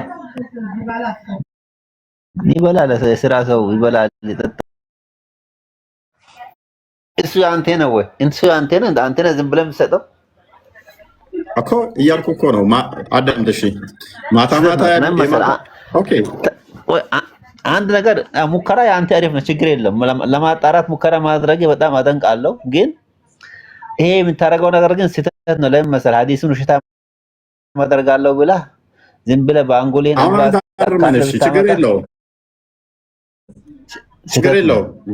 ችግር የለውም። 24 ሰዓት አለ። ከዛ 9 ሰዓቱ ግን በምን ያልቃል? በመስገጃ ብቻ ሰዓት ያልቃል። አሁን አንተ ደግሞ እያልከን ያለኸው ሌሊትም እንደ ጅብ ይሄዳል። ሌሊት ደግሞ ነብይ ምን ብሏል? ሌሊት ብቻችሁንም እንዳትሄዱ፣ ሌሊት አትጓዙ ብሎ ከልክሏል። የነብይህን ሕግ ጥሶም ቢሆን ሌሊት ይሄዳል እና ሌሊት እየተጓዘም ሐዲስ ይሰበስባል ካልከን እንስማማለን። የነብይህን በዛው ንግግሩን ጥሶ ሌሊት ይጓዝ ነበር ቡሃሪ፣ ችግር የለውም። ሰው ቤት የተኙበት ሌሊት ሄዶ ኑ ሐዲስ ንገሩኝ ይላቸው ነበር ማለት ነው። የዛሬ 1400 ዓመት በፊት እንግዲህ በዛ በጨለማ ውስጥ ሐዲስ ይቀበል ነበር። ኦኬ አሁንም እዛ ጋር እኔ ብዙ ጥናቱ ባይኖረኝም ማለት ነው ምንድን መሰለህ እዚህ ጋር ዋናው ነጥቤ ማለት ነው የአንተ ሙከራ አሪፍ ነው። እውነትን ለመድረስ መጣሪ አሪፍ ነው፣ ችግር የለውም። ለምን ሰው እውነቱን አጣርቶ መሸበት ማደር ይባል ነገር አለ። ያ እውነቱን ሳጣራ መሐመድን የፈጠረው ቡሃሪ መሆኑን ደረስኩበት። በጣም በሚገርም ሁኔታ ተጫውቶባቸዋል። በለው አንተ ዲመስት ይችላል በለው ችግር። እኛ ግን አሁን እሱን ብቻ ሳይሆን ዋና ቁም ነገሩ ስራው ነው። የስራ አካሄዱ ነው እኮ። ቡሃሪን አሁን እስቲ ፕሩቭ አድርግልኝ። ይሄ ቡሃሪ የተባለው ሰውዬ ነብይ አይደለም እንዳልተሳሳተ እስቲ አሁን አረጋግጥልኝ አንተ። አልኩህ እኮ ስራው አልኩህ እኮ አንድ ነገር። አሁን አንተ እዚህ ጋር ቁጭ ብላ ቆንጆ ብቻ አወራለሁ ብለህ ብትል ምናልባት መሀል ላይ ተቆጥተህ ልትሰድብ ትችላለህ፣ ልትቆጣ ትችላለህ፣ የሆነ ነገር ልትሆን ትችላለህ። ግን ምንድን ነው የምታወራው? ምን አገናኘው? ልነግርህ እኮ ነው። አሁን እሱ ካመጣቸው ነገሮች በእያንዳንዳቸው ነገሮች መጥፎ ነገር አንድም ነገር አላመጣም። ከሰው ልጅ ጋር የሚሄዱ ከሰው ልጅ ጋር አብሮ የሚሆኑ ነገሮች ትክክለኛ የሆኑ ነገሮችን አንተ ነው ያልከው። ምክንያቱም ከክርስትና አስተምሮ ጋር ተቃራኒ ስለመጣ ቡሃሪ ይዞት የመጣው አስተምሮ ውሸት ነው። መሐመድም ያልተናገረውን የሐሰት ቅጥፈት አስተምሮ ነው ይዞ የመጣው። ሲጀመር አሁን አንተም ስለ ክርስትና ብትጠይቅ አሁን መረጃ ታቀርብም እሱ ይቅር፣ ያው ችግር የለም። ምን አገናኘው? ምንድነው አንተ ታቀርባለህ? ለምን አላቀርብ? ቡሃሪን ካርቶ በቃ ስለ ፈጣሪ ራሱ አሁን ቢጠይቅ አትናገርም በስነ ስርዓት። ያው በኋላ ብለህ ትሸጂኛለህ፣ ችግር የለም። አይዞ ወንድሜ አይዞ ብሎ ቀጥል። ክርስቲያን ያ ሁሴን እድል ስጠውና ይጠይቅ ስለ ፈጣሪ። አንዴ ቆይ እስካሁን ይጠይቅ ጊዜ ጌታ ተረብሽ። ሁሴን ቡሃሪ ስንት ሐዲሶች ነበር የሰበሰበው? እሱን ቅድም ተናገርኩ እኮ እኔ አላቅም አልኩ። ኦኬ አንተ አታውቅም። ከሌላ ሰው ጋር ቀጥላለሁ ማለት ነው። ምንም የምታውቁት ነገር የለም። በነገራችን ላይ ቅድም እንዳሳያችሁ በካልኩሌሽን እንኳን በተአምር 600,000 ሐዲስ በዛ በ16 ዓመት ውስጥ ሰብስቦ ኮምፓይል ማድረግ ሊሆን የማይችል እንደሆነ ግልጽ ነው። ከ600,000 ሐዲስ ዛሬ ሙስሊሞች መጽሐፍ ላይ የሚገኘው ስንት ነው? 7290 አካባቢ ሐዲስ ነው። 7200 ምናምን አካባቢ ሐዲሶች ናቸው ከ600,000 ሐዲስ የሚገኘው። ወደ 593,000 ጋርቤጅ ውስጥ ተጥለዋል። ኢማጂን እንግዲህ 500 ኦልሞስት 1.2% ነው ዛሬ ሙስሊሞች እጅ ላይ ያለው ማለት ነው። ወደ 98.75% ጋርቤጅ ውስጥ ተጥለዋል ማለት ነው። ቡሃሪ ያን ሁላ የደከመበት እንግዲህ ማለት በካልኩሌሽኑ መሰረት ሊሆን የማይችል ሊታሰብ የማይችል እንደሆነ ግልጽ ነው። ነገር ግን ያን ሁላ ጋርቤጅ ውስጥ ተጥለዋል ማለት ነው። አሁን ግን አንድ ጥያቄ እኔ መጠየቅ ፈልጋለሁ። ሜቢ ጊዜ ጌታ መቀጠል ትችላለህ አንተ? ስጡኝ። ለምን ወንድማችን አላህ ይስጥ ጀዛኩሙላ ኸይር። ወንድሜ በጣም ትትናክ እስልምናን ትትና በቂ ቀጥል፣ ችግር የለውም። ስንት ሐዲስ ነበር የሰበሰበው? ምንድን ነው? ቆይ አንዴ ክርስቲያን፣ አሁን እኔ እፎይም ባነሳው ነገር ጥሩ ሀሳብ ነው። ቅድም ወንድማችንም ማወቅህ ጥሩ ነው፣ ግን ስናገን የሆነ ለቲቢት ለተንኮል ሳይሆን ለጥሩ ነው። በቃ ለተረት እስልምና ተረት ተረት ነው። ለምሳሌ አሁን ሐዲስ አንቀበልም፣ ምክንያቱም እስልምና ሐዲስ በሙሉ ተረት ነው፣ ሙሐመድን የሚሳደብ አላህን የሚሳደብ ነው ብለው ለምሳሌ ሙስሊሞችም እየተናገሩ ነው። እኛ እኮ አይደለም የራሳችሁ ሙስሊሞች ሐዲስን አንቀበልም ከዚህ ተረት ውጡ ተብላችኋል እኮ። ጊዜ ጌታ ላሳይ እንደ ላሳይ ቪዲዮ እኛ አይደለንም። እኔ ሙስሊም ቆይ አንዴ ተው፣ ችግር የለውም እኮ አንዴ ተረጋጋ። በየተራ እናውራ እኮ እኛ ክርስቲያኖች አይደለም እኮ አንዴ በየተራ እናውራ። ተረጋጋሽ ጊዜ ጌታ አትረብሽ። እኛ አይደለንም። ወደ 593,000 ሐዲስ ጋርቤጅ ውስጥ ጥሎ 7,000 ምናምን የሰጣችሁ ክርስቲያን አይደለም። በነገራችን ላይ ሙስሊም ነው። በሙሐመድ ነብይነት የሚያምን አላህን አምላክ ነው ብሎ የሚያምን አንተ የምታመልከውን አንተ የምትከተለውን ነብይ ማለት ነው። እኛ አይደለንም 593,000 ጋርቤጅ ውስጥ የጣል ነው ራሱ ቡሃሪ አንተ የምትከተለው ነው ማለት ነው። ሲቀጥል ይሄ ነገር ለምንድን ነው የምታስተምሩት አልክ? አንደኛ እስልምና በተረት ተረት የተመሰረተ ሙሐመድ ከሞተ ከ200 እና ከ300 ዓመታት በኋላ የተፈበረከ ታሪክ እንደሆነ እንድታውቁት ያክል ነው። ቀጥሎ ደግሞ ምንድነው ሙስሊሞች ራሳቸው ይሄንን ነገር መቀበል ስላልቻሉ ስለከበዳቸው ሐዲስ የሚባል ተረት ተረት ነው፣ ሙሐመድን የሚያሰድብ አላህን የሚያሰድብ ስለሆነ ልትቀበሉት አይገባም እያሉ ብዙ ሙስሊሞች ለምሳሌ ሐዲስን የማይቀበሉ ሙስሊሞች መጥተዋል። አሁን ላይ በብዛት ማለት ነው ሐዲስን አይቀበልም። ቡሃሪ ማን ነው ሙስሊም ማን ነው ብትላቸው የማያውቁ ሙስሊሞች ስላሉ ማለት ነው። እኛ አይደለም እኛ እንኳን እንዳይመስል የተወሰነ አሳያቸው እነሱ ረን ያሳየዋለሁ ችግር የለውም። እፎያችን እሺ፣ እናመሰግናለን። ጥሩ ነው ማወቅህ፣ እኛ ደስ ይለናል። የወንድማችንም ከላይ ጊዜ ጌታ ተረጋጋ። ቆይ ኖ አይደለም ተረት ተረት አትበል፣ በስነ ስርዓት አዳምጥ። ተረት ተረት እኛ አይደለንም ያለ ራስህ የሚሉታል አንተም ትለዋለህ። ገና አዳምጥ።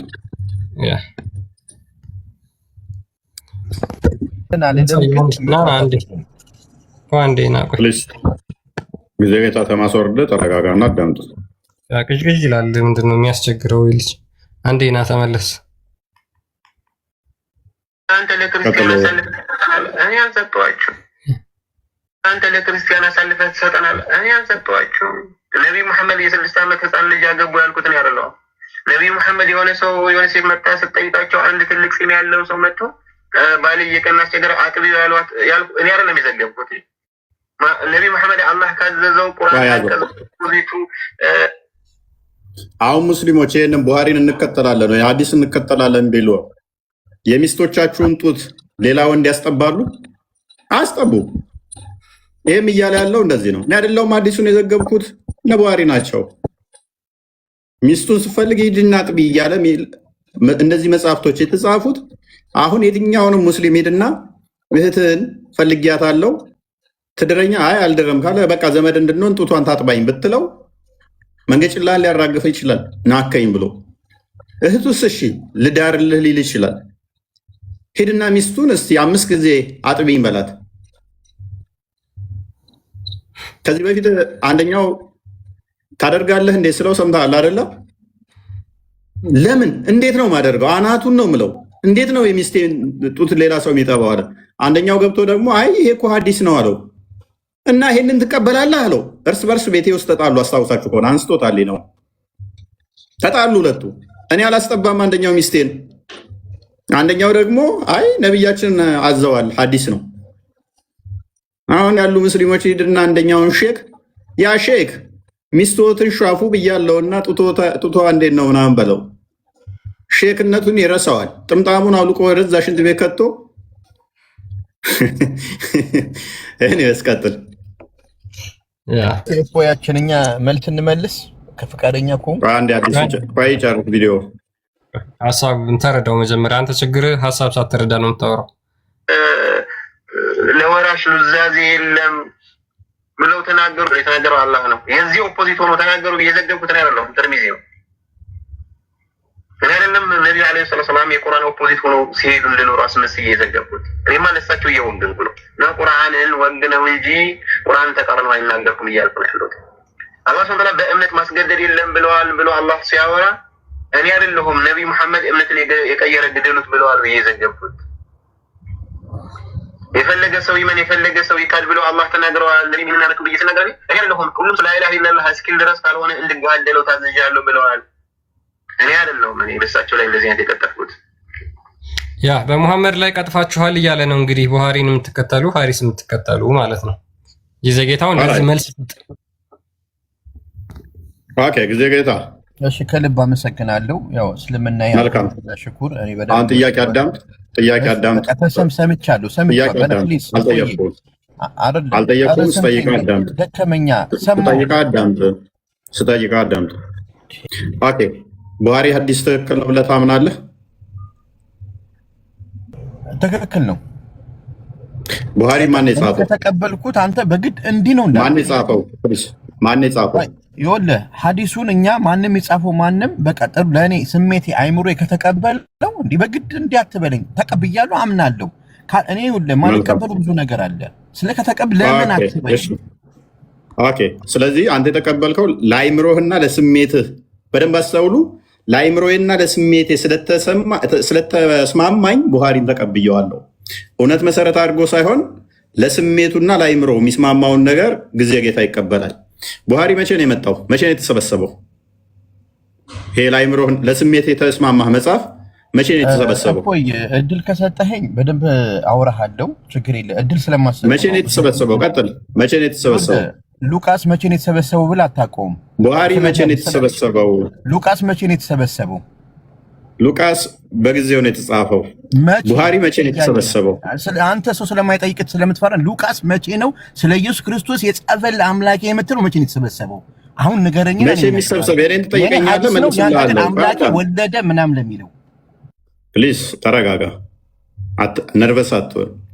ሉቃስ ከሰባ አርድእቱ አንዱ ነው፣ በጌታ ጊዜም የነበረ ነው። ስለዚህ ተረጋጋ እና አሁን የተጠየቀውን ብቻ መልስ። ቡሃሪ ከሙሐመድ ጋር ነበረ? እዛ ነበረ? መቼ ነው የተሰበሰበው? እሷን ብቻ መልስ። ሱና ነው ባይዘዌ፣ ለሌላ ጊዜ ላስተምር። ሱና ነው። ሀዲስ ማለት ሱና ፈርዳ። አልጠየቅኩም። ልንገርህ፣ በግልጽ ባጭሩ ልንገርህ። አትሩጥ። ምን አለ ወንድማችን? ሀዲስ ግዴታ አይደለም፣ ሱና ነው እንጂ ግዴታ አይደለም። ስለዚህ አለመቀበል ይቻላል ማለት ነው በወንድማችን ንግግር። አሁን ማይክን አንሳና ንገረን እስኪ፣ ሀዲስ አለመቀበል ይቻላል አይቻልም? አታድርገኝ። ይኸውልህ ቃለ የሆነ ጥያቄ እስልምናን አንተ በምትማረው እኛ በምንማረው በእናትህ አታልቅስ። ከአሁን በኋላ አስወርዳለኝ። አትጩህ፣ ዝም ብለህ አትክለፍለፍ እንዳበደ ውሻ። ተረጋጋ። ታስቀኛለህ ወይ ታዝናናኛለህም። እኔ የምልህ ሱና ነው። ሀዲስ ማለት ረሱል ሰለላሁ ዐለይሂ ወሰለም ድንቁርናው ሳያንስ ይስቃል። ግዴታ አይደለም ካልከን እኮ ጨረስክ። ኤኒዌይስ ሁሴን የአንተ ትሻላለህ ቢያንስ። እነኚህ ደግሞ እነኚህ የባሰ ነው። ግዴታ አይደለም ካልክ እኮ ፔሬድ ለምን ሌሎቹን ይቃወማል ታዲያ? ግዴታ ካልሆነ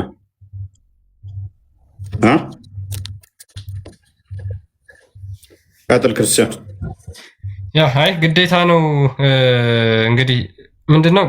ለሱም ጥያቄ ነበረን። በእርግጥ ግዴታ አይደለም ብሎ ለተናገረውም ጥያቄ መጠየቅ እንችል ነበር። ግን ምንድነው አሁን ሀዲስን አለመቀበል በነገራችን ላይ በእስልምና ሊቃውንት መሰረት ንብረታቸውም ሆነ ደማቸው ሀላል ነው። ሀዲስን የማይቀበሉ ሙስሊሞች ማለት ነው። ይሄንን ማሳየት እንችላለን። ሀዲስን አንቀበልም የሚሉ ሙስሊሞች ፍርዳቸው ምንድን ነው? ደማቸውም ንብረታቸውም ሀላል ነው። ያ ማለት መግደል ይቻላል ነው። መግደል ይቻላል እነሱ ወይም ደግሞ ይገደላሉ። ስለዚህ እነዚህ ተረት ተረቶች ከ200 እና ከ300 ዓመት በኋላ የመጡ ታሪኮች ናቸው። ሙሐመድ አሁን ለእነዚህ ዘገባዎች ታማኝነታቸው ምንጩ መሰረቱ ምንድን ነው? ሉክ ሙሐመድ ከሞተ ከ250 ዓመት በኋላ ከ200 ዓመት በኋላ የመጡ ታሪኮች ስለመሆናቸው ማለት ነው።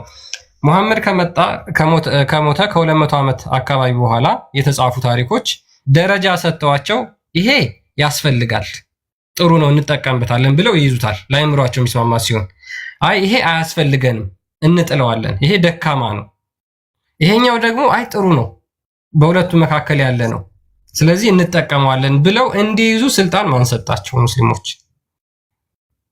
ለዚህ መስፈርታቸው ምንድን ነው? መስፈርት አድርጎ የሰጣቸው የሙሐመድ ንግግር።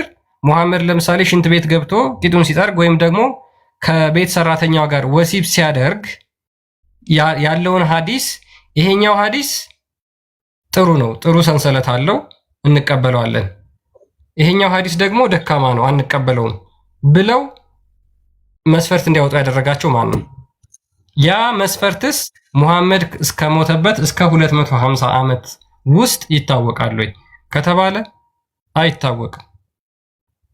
ስለዚህ ሐዲስን የፈለሰፉት ማናቸው ማለት ነው? ሙሐመድ ከሞተ በኋላ ያሉት ሙስሊሞች ናቸው።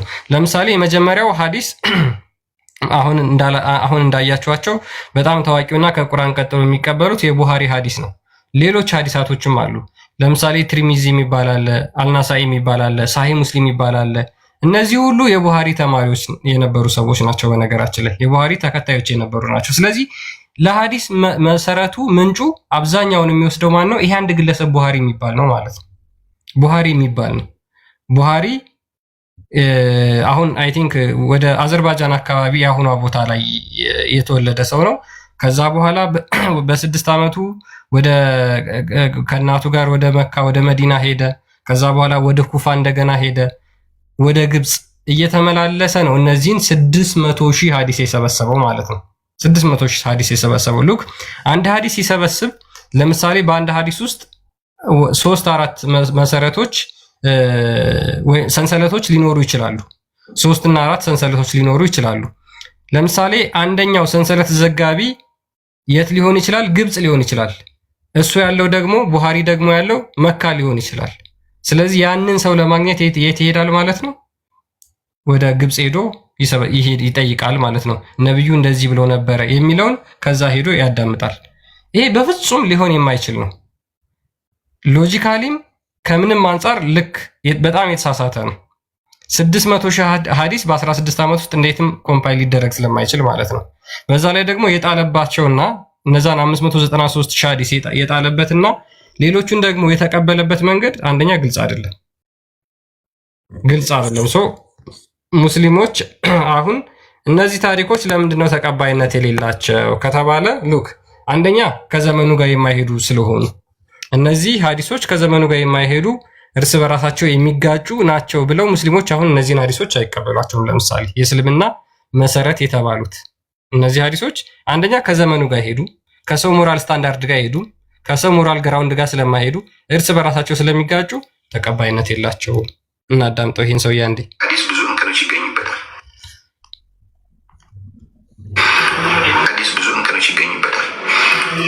ብዙ እንከኖች ይገኙበታል ማለት ማያስኬድ ከዘመን ዘመን በዘመንና በጊዜ በቦታ የሚገደብ ብዙ አለው።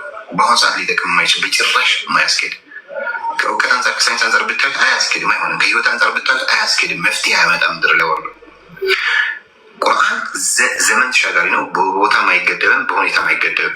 ኦኬሽ እርስ በርስ የሚጋጭ የለውም ቁርአን ተብሏል። ሐዲስ ላይ አለ ነፍ ሐዲስ ላይ አለ እርስ በርሱ ብላ የሚለው አትብላ አትብላ የሚለው ብላ የሚል እንዲህ በኦፖዚቱ እየመጣ የለም ቁርአን ውስጥ። ትናንትና የፈቀደልህ ዛሬ ይከለክላል።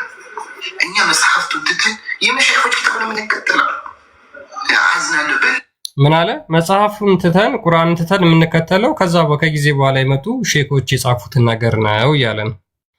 በየላይቭ ሙስሊም ነን የሚሉ ሰዎች አላህ ከአርሽ በላይ በአካሉ በእውቀቱ ይወርዳል፣ ይወጣል፣ ይሄዳል፣ ይሮጣል።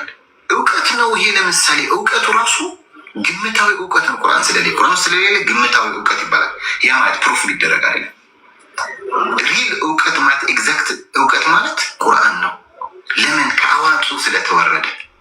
ያ እንግዲህ የሰው ቁርአኒስት ነው። ለምሳሌ አላህ ይወርዳል የሚለው ሐዲስ ውስጥ ነው የሚገኘው። ይሄ ግምታዊ እውቀት ነው። ሙሉ ለሙሉ ሐዲስ ላይ የተገለጸውን የአላህ ባህሪ ካደ ማለት ነው። አንደኛ ግምታዊ እውቀት ነው የሐዲስ እውቀት፣ ሁለተኛ ከጊዜ ጋር የሚሄዱ አይደሉም፣ ሶስተኛ እርስ በራሱ የሚጋጭ ነው። ስለዚህ እንዴት ልንቀበለው እንችላለን እያለ ያለው እየተናገረ ያለው በዚህ ምክንያት አብዛኞቹ ሐዲስን መቀበል ትተዋል። የማንበብ ፍላጎትም የላቸው። አንድ ሰው ደግሞ አይምሮ ሊቀበለው ሌሎችም እየተወያዩበት ነበር፣ ገጽ ላይ እየተወያዩበት የነበረው ሌሎችንም የተወሰነ ደጋግመን ነግረናችሁ ነበር። እኛ ሐዲስን ጣሉ፣ ከዛ ቁርአን ላይ ደግሞ መቆም እንደምትችሉ እና እንደማትችሉ እናያለን። እስኪ ኤኒዌይስ አሁን እንዳለ ሙስሊሞች እምነታቸውን ዶግማቸውን የመሰረቱት ሐዲስ ላይ ነው። ሐዲስ ደግሞ እንግዲህ ሙሐመድ ከሞተ ከ200 ዓመት ምናምን በኋላ የተጻፉ የመጡ ናቸው። እነኛም መጽሐፍቶች ደግሞ የሉም። በሚያሳዝን ሁኔታ ከ250 ዓመት ከ300 ዓመት በኋላ ሐዲሳት ቢሰበሰቡ ሰማን ሰማው ብሎ ቢልም አልጻፈቸው እነኛ ጽፏቸው መጽሐፉ የለም። እሱ ደግሞ እንደዚህ ሰብስቦ አወራ። ከሌ ነገረኝ፣ ከሌ ነገረኝ፣ ከሌ እንዲህ ብሎ ነገረኝ ብሎ ለሰው አወራ። እነኛ ለዛ አወሩ። እንደዛ ነው እንጂ የለም መጽሐፍ። የቡሃሪ የሰበሰበው መጽሐፍ የላችሁ። ከ250 ዓመት በኋላ ወሬ የሰበሰበ መጽሐፉ የላችሁ። ቡሃሪ ነገረን ይላሉ እነሱ ደግሞ መልሰው በኋላ ማለት ነው 600,000 ሐዲስ ሰብስቤያለሁ ብሎ ቡሃሪ ነግሮናል። የታለ መጽሐፉ? የለም። የታለ ሐዲስ? ስለዚህ አሁን ኢማም ቡሃሪ ብላ ያስከው መጽሐፍ የቡሃሪ አይደለም። ኦኬ ቀጥል። እንመረምራቸው። ሐዲስ ነው ምትል ከሆነ ቀዩ ፊትህ እስከሚቀላ 1000 ስህተት ላወጣለሽ ላለው ከሐዲስ ጋር ከሐዲስ በቃኝ እስከምትል ከቁርአን ጋር የሚጋጭ እንደ ሳይንስ ከአጠገቡ ማያልፍ ሽታውን ያላሸተተ ሐዲስ ላመጣለሽ ላለው ሐዲስ ነው ምትል ከሆነ በዚህ እንስማማና ሃይማኖት ትክክል ነው ብለህ ውጣ። እስቲ ጋር 3 ምርጫ ነው ያለ፣ ምረጥ። መጀመሪያ እኔ ምርጫ ያንተ ምርጫ አይደለም መምረጥ ያለብኝ፣ የራሴ ምርጫ ነው። የሚያዋጣኝን ነገ ጀነት ያስገባኝ የሚችለው ከጀሃነም ያድነኝ የሚችለው ምርጫ ብዬ የራሴ አቋም ይለኛል። አዳምጠኝ በደንብ ከልብ አዳምጥና በዛ አቋም ከተስማማ እንቀጥላለን። እያንዳንዱ ለማወራቸውም ለምናገራቸውም ነገር አቂዳ አድርጌ ልካሁንም አንተ እንደጠየቀኝ አቋም አድርጌ ለመያዝ ደሊል እፈልጋለሁ። ለምን አላህ አልክ ቢለኝ ለዚህ ጉዳይ ለዚህ በልስ ላልክ ወይም በነብይ መጀመሪያ ወስደው ያንን ነገር ስለዛ ስለምፈልገው ጉዳይ ላይ ቅድሚያ ወስደው አንተ ልትሐፍዘው ኃላፊነት የወሰድከው ቁርአን ነው። እስካሁንም በወረደበት ፈታው እንኳን ኪስራ ሳይሆን ጠብቀው ባለው ቁርአን ላይ ቅድሚያ ይሄዳለሁ። በዛ ጉዳይ ላይ እያንዳንዱ ነጥብ አንስተህ ከዛ ጉዳይ እና ልክ እንደ እያንዳንዱ ሐዲስ ነው ብለህ ወይንም እያንዳንዱ አንስተህ ስህተት ማሳይሃለህ እንዳልከኝ ማለት ነው። ያ ስህተት ነው ያልከው ነገር ያንተ ፈህም እንደሆነና የኔ ፈህም ደግሞ ልክነቱና ያን ሐዲስ መንዝልና እናየዋለን።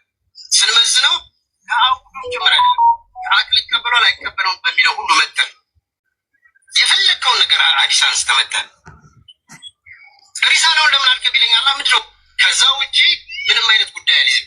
ዲቴል በእምነቱ ሳይታየኝ ያዘኝ ነገር ሌላ ገይብ ሊኖረው ይችላል። ህግ ነው ይህ ሐላሉ ሐራም ነው ብሎ ህግ አቋር ለሚያወጣ ሩሱል ብለኸኛል። ሩሱልን ሳልፈስረው ቀጥታ ሩሱል የሰጠኝን ነገር ከአጠገቡ ማያልፍ ሽታውን ያላሸተተ ሐዲስ ላመጣለሽ ላለው ሐዲስ ነው የምትል ከሆነ በዚህ ያ እንግዲህ ቻሌንጅ እያደረገው ነው ማለት ነው። ሐዲሳት ውስጥ የሚገኙ በሙሉ ከቁርአን ጋር የማይስማሙ ከሳይንስ ጋርም ከሞራል አንጻር ከምንም አንጻር ሽታቸው የማይገናኝ ታሪኮች አሉ። እነዚህን የምትቀበል ከሆነ ቻሌንጅ እንደራረግ ነው። ሙስሊሞች እርስ በራሳቸው ቁርአኒስትና ሐዲስን የማይቀበሉና ሐዲስና ቁርአን ደግሞ እንቀበላለን በሚሉ መካከል የተደረገ ዲስከሽን ነው ማለት ነው። ከሳይንስ ጋር እንደማይሄድ ራሳቸው አምነዋታል ማለት ነው እኮ። ቆይ ለክርስቲያን አንድ ጥያቄ አለኝ። ክርስቲያን ቀጥል ሁሴን። እኔ አንድ ነገር ልጠይቅህና እስኪ በእኛው ራሱ ልጠይቅህ። አንተን ተው፣ አሁን ችግር የለም። አንተ ቆይ አሁን እኮ ከርዕሱ ጋር መሄድ ነው። 600 ሐዲስ እያልክ ነው። አሁን 600 ሺህ ሐዲስ እያልክ ነው። አሁን አንተ ላ ችግር የለም፣ ያው ቡኻሪ የሚባለው ችግር የለም። አሁን አንተ በህይወት ያለ አሁን ባለበት ሰዓት 600 ሺህ ሐዲሱ የሚናገረውን ሁሉ ፈጽማለህ ብለህ ታውቃለህ? ትገምታለህ? ሐሳብ አለ ማለት አልገባኝም። ሳሌው አሁን አንተ ባለበት ሰዓት ሐዲሱ በሙሉ ወይም ቁርአኑ በሙሉ የሚላቸውን ነገሮች በተግባር አውላለሁ ብለህ ታስባለህ? ምን ያገናኘዋል ከጥያቄው ጋር? እኔ ሲጀምር ሐዲስና ቁርአን ያገናኘውን ልናገርህ ነው። ያገናኘን ልነግርህ ነው። አሁን ከከፈትከው እኮ ነው። አሁን አንተ ከከፈትከው ሰውዬ ይሄን አክል ከሐዲስ የሚጋጭ ከቁርአን የሚጋጭ ይሄን አወጣለሁ ያለው ሰውዬ የተዘገቡ ሐዲሶች በሙሉ ቁርአንን መስለው ቁጭ ይላሉ፣ ከቁርአን ጋር አንድ ይሆናሉ ብሎ አስቦ ነው የሚያወራው። እሱን ሂደት ጠይቀዋለህ። እሱን ነገር ግን ምንድነው እዚህ ጋር ነው የተናገረው። ሁለት ሰው ነው። አንደኛ አሁን እንደረሱ ያመጣውልህ ሁለት ልጆችን ነው። ሁለተኛ የነዚህን የአእምሮ ሌቭል አንተ አታውቅም። አንተ እኮ ምንም አታውቅም ሁሴን፣ አንተ ምንም አታውቅም። እነዚህ ልጆች ሐዲስ ተረት ነው ያሉበት ምክንያት አንብበውት ነው የሚሆነው። አንተ ግን ምንም ስለ ሐዲስ የምታውቀው ነገር የለም። ስለዚህ ከቁርአን ጋር ይመሳሰል አይመሳሰል ልታውቅ የምትችለው ስታነብ ብቻ ነው ማለት ነው። ስለዚህ እነዚህ ልጆች እንዳንተ በጭፍን የሚከተሉ ሰዎች አይደሉም። አንብበው ይሄ ከቁርአን ጋር ኮምፕሊትሊ ይጋጫል፣ ይሄ ከሳይንስ ጋር ይጋጫል፣ ይሄ ከሞራል አንጻር ልንቀበለው የማንችለው ነገር ነው። ለምሳሌ መሐመድ የ6 ዓመት ህፃን ልጅ አገባ ያልኩት እኔ አይደለሁም የእናንተ ሐዲስ ነው አለ። እሱ ሊቀበለው አልቻለም። በቃ ከሞራሉ አንጻር ሙስሊም ነው፣ ነገር ግን ከሞራል አንጻር ልክ ስላልሆነ ነብይ ተብሎ እንደዛ ያደርጋል ብሎ ስላላመነ ካደው በቃ አልቀበልም ማለት ነው። ለምሳሌ አንተ የሚስትህን ጡት ታስጠባለህ ሁሴን ለሌላ ሰው፣ እኔ አልቀበለውም ማለት ለምሳሌ እሱ አንተ ታስጠባለህ፣ ይሄው ሁለት መሰረት አገኘ ማለት ነው ለምሳሌ ላለመቀበል። ስለዚህ እያሉ እነዚህ ሰዎች የከበዳቸውን ነገር ጠቀሱ። ለምሳሌ ሊነግርህ እኮ ነው ይሄ አሁን እሱ ያቀረበው ምስቱን ምናምን ያለው አሁን 6 ዓመት የምትለው ነገር ቅድም ብያለሁ እኮ ሐዲሱ ላይ ስለተቀመጠ አሁን አንተ መተህ እዚህ ጋር ሳትፈልግ ይሄ ብሏል ብላ ዝም ብላ አንተ ምስቴን ትተህ ቤቴን ትተህ ሄዳ ያን ተግባር ትፈጽማለህ ወይ? አልፈጽምም አሉ እኮ እኔ የሚስቴን ጡት ማንም እንዲጠባ እዚህ ጋር ነው ስህተቱ እኮ እዚህ ጋር እኮ ታስጠባለህ የሰዎቹ ስህተት እዚህ ጋር እኮ ነው የሰዎቹ ስህተት ማለት ነው እኮ ከነሱ ሞራል ግራውንድ ጋር አልሄደም ሁሴን። አንተ እኮ ያልገባኸው አንተ ያልተረዳኸው ነገር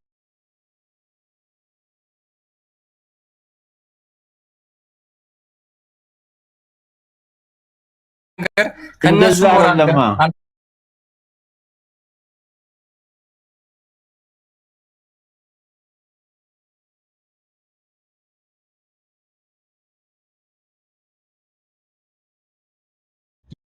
የመጡ ታሪኮች ስለሆኑ አንቀበላቸውም አሉ።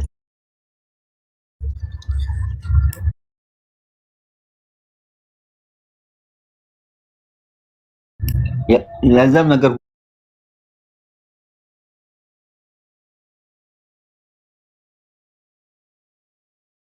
አሁን አለበት ሰይድ አሁን አንተ ጀምሮ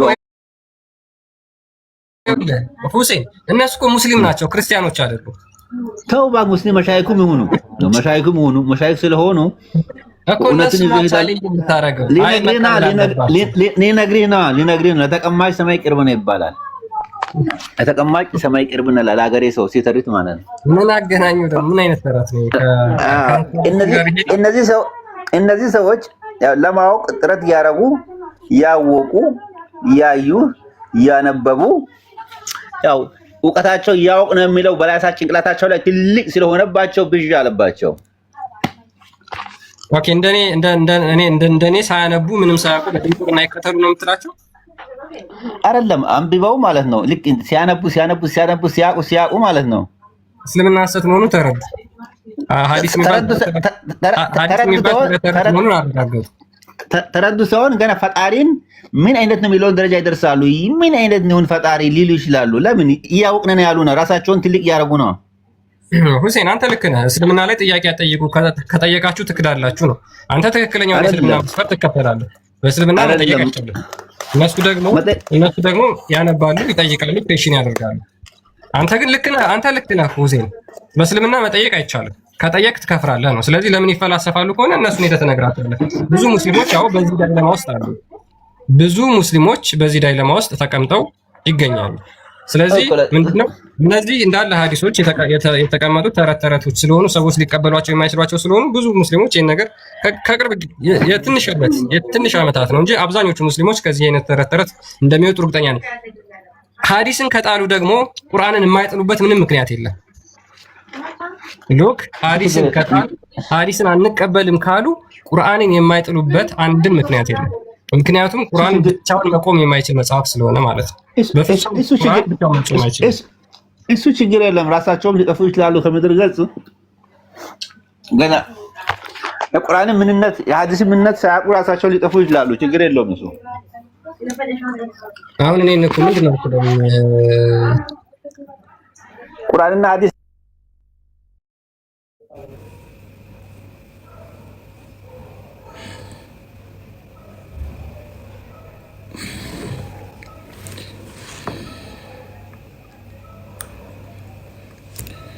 አንድ ሰዓት አልተምረናል። ይበቃናል።